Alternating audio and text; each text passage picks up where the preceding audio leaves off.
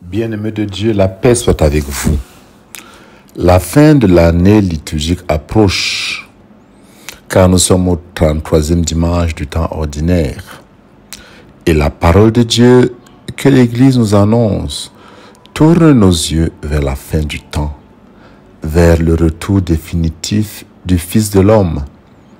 À cet effet, l'Église nous propose des passages d'Écriture sainte qui nous parlent de catastrophes, de guerres, de cataclysmes.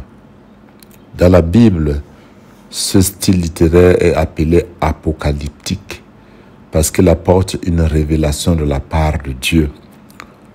Le verbe grec apokalypto veut dire lever un coin du voile, révéler, au sens de lever le voile qui recouvre l'histoire des hommes. Dans le style apocalyptique, en surface, il est question du soleil, des étoiles, de la lune, des êtres célestes de bouleversement. Mais en réalité, il s'agit de toute autre chose. Il s'agit de la victoire de Dieu et de ses enfants dans le grand combat qu'ils livrent contre le mal depuis l'origine du monde. Dans le langage croyant et juif ou chrétien, la révélation du mystère de Dieu ne vise jamais à terrifier, mais au contraire, à permettre aux hommes d'aborder tous les bouleversements de l'histoire en soulevant le coin du voile pour garder l'espérance, la certitude de l'accomplissement des promesses divines.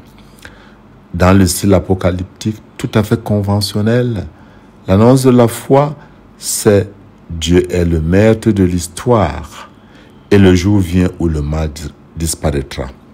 Par conséquent, il ne faudrait pas à proprement parler dire fin du monde, mais au contraire, transformation du monde, renouvellement du monde, régénération. Voici ce que nous dit la lettre aux Hébreux.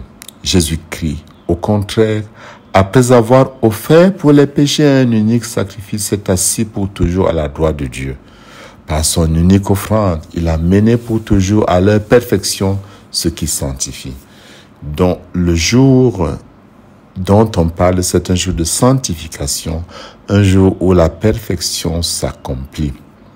La première lecture, tirée du livre de Daniel, adresse au peuple d'Israël un message d'encouragement. En ce temps-là, se lèvera Michel, le chef des anges, qui se tient auprès des fils de ton peuple. Ce sera un temps de détresse comme il n'y en a jamais eu. Mais ton peuple sera délivré pour renaître de la poussière de la terre vers une espérance de la vie éternelle. Ils brilleront comme des étoiles pour toujours et à jamais. Daniel dit en substance, Michel, le chef des anges, veille sur vous. Apparemment sur terre, ce que vous voyez, mes amis, ce que vous vivez, c'est l'échec, la mort, l'horreur, la victoire de ceux qui sèment le mal et la terreur. Mais en finale, sachez que vous êtes les grands vainqueurs. Le combat se déroule à la fois sur terre et au ciel. Vous ne voyez que ce qui se passe sur la terre, mais au ciel, dites-vous bien, les armées célestes ont déjà gagné la victoire pour vous. Dans l'évangile, Saint Marc emploie les images similaires. En ces jours-là, dit-il, après une grande détresse, le soleil s'obscurcira et la lune ne donnera plus sa clarté. Les étoiles tomberont du ciel et les puissances célestes seront ébranlées. Alors on verra le Fils de l'homme venir dans les nuées avec grande puissance et avec gloire. Ces images, comme dans l'Ancien Testament, forment le décor classique des scènes de la théophanie, c'est-à-dire des apparitions de Dieu parmi les hommes et du jugement opéré par Dieu. Cependant, il convient de lire ces images comme des indicateurs, des signes d'espérance chrétienne. Le message de la foi reste fondamentalement le même, avec cette précision toutefois. Le dernier mot, la victoire définitive de Dieu contre le mal, c'est pour tout de suite, ici et maintenant, en Jésus-Christ. Car en lui, le royaume des cieux est déjà présent au milieu de nous. Il n'est donc pas étonnant qu'à quelques jours de sa dernière Pâque à Jérusalem, Jésus recourt à ce langage, à ces images. Le combat avec le Christ et les forces du mal est à son paroxysme. Et dans ce texte, si nous savons lire entre les lignes, nous avons un message équivalent à ce que Saint Jean dit. Courage, j'ai vaincu le monde. La comparaison du figuier dont les branches à une certaine saison deviennent tendres et laissent apparaître de nouvelles feuilles est très illustrative de ce discernement et de cette espérance dont nous parle le Christ. En plus, et plus qu'un appel à lire les signes de temps, le Christ nous exhorte à un discernement, à une vigilance active, sans découragement, sans désespoir, sans baisser les bras devant les épreuves et les persécutions. Avec espérance et créativité, nous devons discerner le vrai moment où Dieu viendra nous visiter. C'est Jésus qui est notre porte. Il est notre présent et notre avenir. Nous n'oublions pas ce que nous répétait souvent le Saint Pape Jean-Paul II. N'ayez pas peur, bien-aimés de Dieu. La promesse de Jésus n'est pas une promesse vague.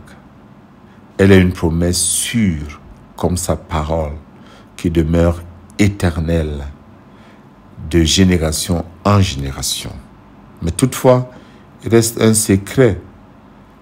Nul ne connaît, même pas les anges du ciel, même pas le Fils, le grand jour. Mais c'est sûr et certain que cet événement coïncidera avec le salut définitif, avec la grande gloire du Fils de l'homme. Oui, bien-aimés de Dieu, n'ayons pas peur, car le Seigneur est là à nos côtés. Malgré les échecs, malgré nos glissements, malgré les problèmes, ne cessons jamais de nous laisser porter par Dieu. Il veut nous détourner de la curiosité des dates, des prévisions, des horoscopes, car pour lui, ce qui est premier, c'est l'accueil de sa présence. C'est vers le Christ qu'il nous faut regarder. Il est la lumière qui guide et encourage nos pas. Son pardon nous est toujours offert. C'est auprès de lui que nous retrouvons la force d'aimer et de servir nos frères. Prions le Seigneur afin que nous puissions tenir bon dans les épreuves et rester vigilants en vue de l'espérance inaugurée par la parole du Seigneur. Cette certitude doit nous maintenir dans l'espérance qui ne trompe pas. Oui, l'espérance que Jésus dépose dans nos cœurs ne trompe pas.